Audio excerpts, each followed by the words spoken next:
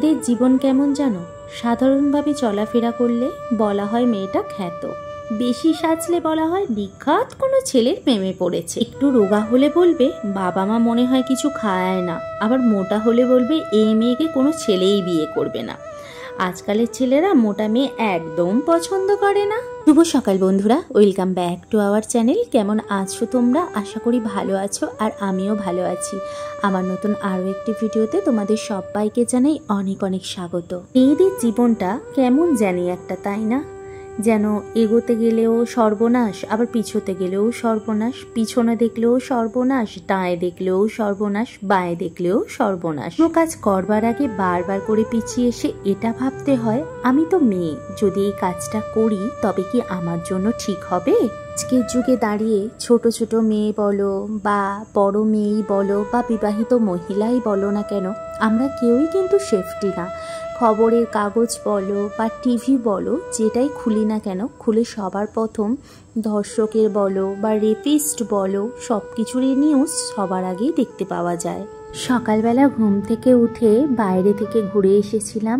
আসার পর আমি বিছানা গোছাচ্ছি। আসলে সকাল 5টার সময় উঠি, তো ওঠার পর ফ্রেশ হয়ে আর আমি চলে যাই ঘুরতে। তো ঘুরে বেরিয়ে আসতে প্রায় তোমার 7টার মতো বেজে যায়। তো বাড়িতে আসার পর একটু রেস্ট করি, তারপর একটু ব্যায়াম করি, তারপর লেগে পড়ি কাজের মধ্যে। আর যেহেতু শীতকাল পড়ে গেছে, এবার তো আমি এই ঘরটাতেই শুই। তো এই ঘরটাতেই শুই বলে তো গরম গরম একটু লাগে, কিন্তু ওই দিকের ঘরটা বেশ ঠান্ডা ঠান্ডা মতো লাগে। বিছানা গোছানো কমপ্লিট করে আর এখন বসেছি আনাজ কাটতে। আজকে রান্না করব মূলো দিয়ে আর আলু দিয়ে একটা সবজি। মূলো দিয়ে আর আলু দিয়ে সবজি খেতে আমার কিন্তু বেশ ভালো লাগে। শীতের প্রথম মূলোর সবজি আজ আমার বাড়িতে হবে। কেমনভাবে রান্না করি সেটাই আজকে তোমাদের সাথে শেয়ার করব। কড়া গরম হয়ে গেছে, এবার এর মধ্যে আমি সামান্য পরিমাণ সাদা তেল দেব। আমি বেশিরভাগ সময় রান্না সাদা তেলেতেই খাই, তো সেই জন্য সাদা তেলই বেশি ইউজ করা হয় আমার। তো তেল এখানে গরম হয়ে গেছে, এবার এর মধ্যে আমি দিয়ে দিলাম গোটা জিরে। যে কোনো তরকারিতে গোটা জিরের যে ফ্লেভারটা থাকে সেটা কিন্তু অসম্ভব সুন্দর লাগে। গোটা জিরে দেওয়ার কিছুক্ষণ পরেই দিয়ে দিলাম পেঁয়াজ কুচি। অনেকটা পরিমাণ পেঁয়াজ কুচি দিয়েছি। এবার লাল লাল করে পেঁয়াজ কুচিটাকে ভাজা করব। রান্না বান্নার হাতে খড়িটা বলতে পারো আমার মায়ের কাছ থেকে আর দিদার কাছ থেকেই শেখা। আমার দিদা আর আমার মা খুব সুন্দর রান্না করে, তার থেকেও বেশি ভালো রান্না করে আমার মায়ের যে মেজো মাসি, উনি খুব কম তেল দিয়ে রান্না করে আর নানান ধরনের রান্না করে। খেতে ওনার হাতের রান্না অসাধারণ লাগে। পেঁয়াজটা একটু ভাজা ভাজা হয়ে গেছে, এবার এর মধ্যে আমি আলু আর মূলোটা দিয়ে দিয়েছি। তার মধ্যে কিছুটা পরিমাণ নুন দিয়ে সুন্দর করে ভাজা ভাজা করে নেব।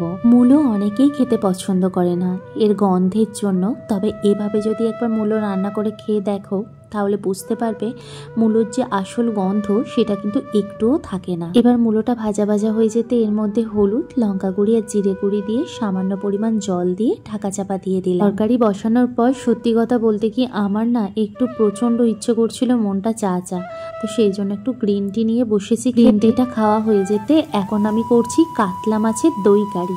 তো এখানে আমি পোস্ত, কাজু বাদাম বাটা, দই আর দিয়েছিলাম আদা বাটা, লঙ্কা আর হলুদ গুঁড়ো একসঙ্গে দিয়ে মশলাটাকে সুন্দর করে কষিয়ে নিচ্ছিলাম। আমাদের দাদাভাই যখন এসেছিল তখন কাতলা মাছটা কিনে এনে দিয়েছিল, আর কাতলা মাছটা ছিল অনেকটা পরিমাণ বড়। তো সেই মাছটা ভেজে রান্না করে খেয়ে এত সুন্দর লেগেছে আমার। তো এখানে মশলাটা ফুটে উঠতে এর মধ্যে ভেজে রাখা মাছগুলোকে দিয়ে দিচ্ছি, দিয়ে ভালো করে ফুটিয়ে আর সামান্য পরিমাণ ঘি আর গরম মশলা দিয়ে নামিয়ে নেব। এইভাবে রান্না করলে একবারে বিয়েবাড়ির মতো স্বাদ লাগে জানো, খেতে কিন্তু অসাধারণ লাগে। আর এখানে রান্না কমপ্লিট হয়ে যেতে দেখলাম একটু ধনেপাতা আছে, তাই উপর থেকে একটু ধনেপাতাও দিয়ে দিলাম। এত সুন্দর গন্ধ বেরোচ্ছিল, এই গন্ধেতেই ঘরের চারিপাশ পুরো মোমো করছিল। আর খেতেও সত্যি বলতে কি একদম অসাধারণ হয়েছিল জানো। কমপ্লিট হয়ে গেছে আর এখন যাবো স্নান করতে। এই যে জল গরম বসিয়েছি, জল প্রায় ফুটে গেছে, এবার স্নানটা সেরে আসি। আর এখন ঘড়ি কাটা 1টার মতো বেজে গেছে। তো চলো স্নান টান করে নিই, পরে এসে তোমাদের সাথে কথা হবে। বাড়িতে না আমরা আবার একটা গোপাল এনেছি। আসলে বেশ কয়েকদিন আগে তোমাদের দাদাভাই যখন এসেছিল তখন ওর মা ওদের বাড়ির যে ছোট্ট গোপাল ছিল আমাদের বাড়িতে পাঠায়। তো সেই গোপালটাকে বেশ কয়েকদিন ধরে সেবা করেছিলাম, আর তোমাদের দাদাভাইয়ের ওই গোপালের প্রতি এত টান পড়ে গিয়েছিল, যখন বাড়িতে যায় তখন বলেছিল নিয়ে চলে যাই। তো বাড়িতে দিয়ে আসার পর তোমাদের দাদাভাই বারবার করে বলছিল গোপালের সামনের জায়গাটা একদম খালি আছে, আমি আরও একটা গোপাল নেব। আমি যদিও বারবার করে মানা করেছিলাম, কিন্তু ও বাজার করতে গিয়ে এই ছোট্ট গোপালটাকে কিনে নিয়ে এসেছে। গোপালটা খুব ছোট ছিল, তো সেই জন্য ওর প্রতি টানটা একটু আমাদের বেশিই ছিল। তোমাদের দাদাভাই ওই ছোট গোপালটার প্রতি টান এত বেশি, যদিও বাড়ির ছোটদের প্রতি সবার টান একটু বেশি থাকে, তো সেই জন্যই হয়তো ওর প্রতি টানটা আমাদের সকলেরই একটু বেশি।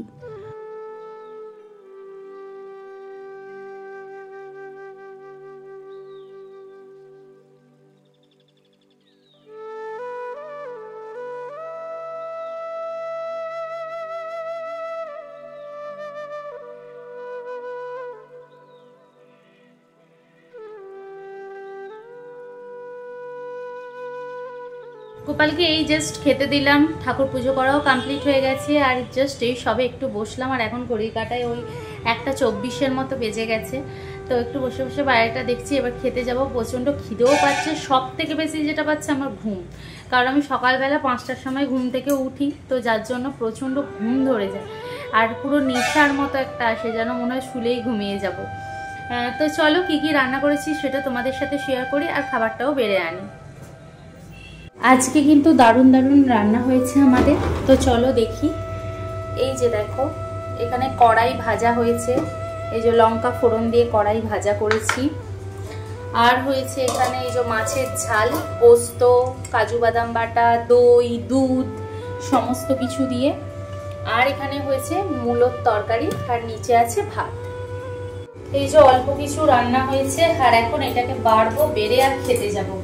প্রচন্ড পরিমাণে খিদেও পেয়েছে আমাকে, তো চলো খাবারটা বেড়ে নিই।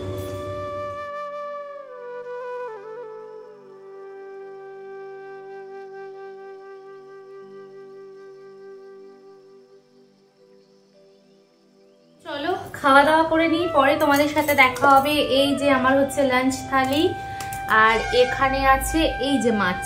তো চলো এখন খাওয়া দাওয়া করে নিই, পরে কথা হবে।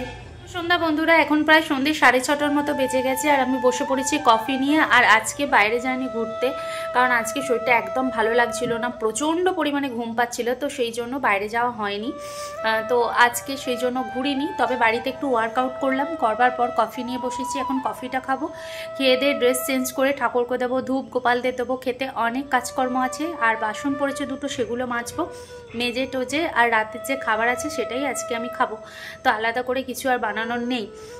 তো চলো কি কি করি সেটাই তোমাদের সাথে শেয়ার করব। আর এই যে দেখো কফি, গরম গরম কফি নিয়ে বসেছি, আর সঙ্গে আছে লেবু। আর তোমাদের দাদাভাই এইমাত্র জাস্ট ফোন করেছিল, ডিউটি থেকে এইমাত্র এলো, তো সকাল থেকে সেই রকমভাবে কথা হয়নি, জাস্ট এইমাত্র কথা হয়েছে। তো চলো কফিটা খেয়ে নিই, পরে কথা হচ্ছে। শাড়ি পরতে কার না ভালো লাগে বলো, কিন্তু শাড়ি সবসময় ক্যারি করা সম্ভব নয় বলে বাড়িতে সবসময় পরে থাকা হয় না। তবে এই শাড়িটা পরে আমাকে কেমন লাগছে অবশ্যই কিন্তু জানিও। এই শাড়িটা আমার বিয়ের আগের শাড়ি, আর এবারে যখন বাপের বাড়িতে গিয়েছিলাম তখন নিয়ে এসেছিলাম। আর আজকে একটু সাজুগুজু করেছি ইনস্টাগ্রামেতে বেশ কয়েকটা ভিডিও করব বলে, আর কেমন লাগছে অবশ্যই জানিও। আজকে রাতের বেলা সেরকমভাবে কিছু নেই, তো সেই জন্য ভাবলাম আজকে একটু ওটস বানাবো, আর আজকে বানাবো ওটসের ছিলা।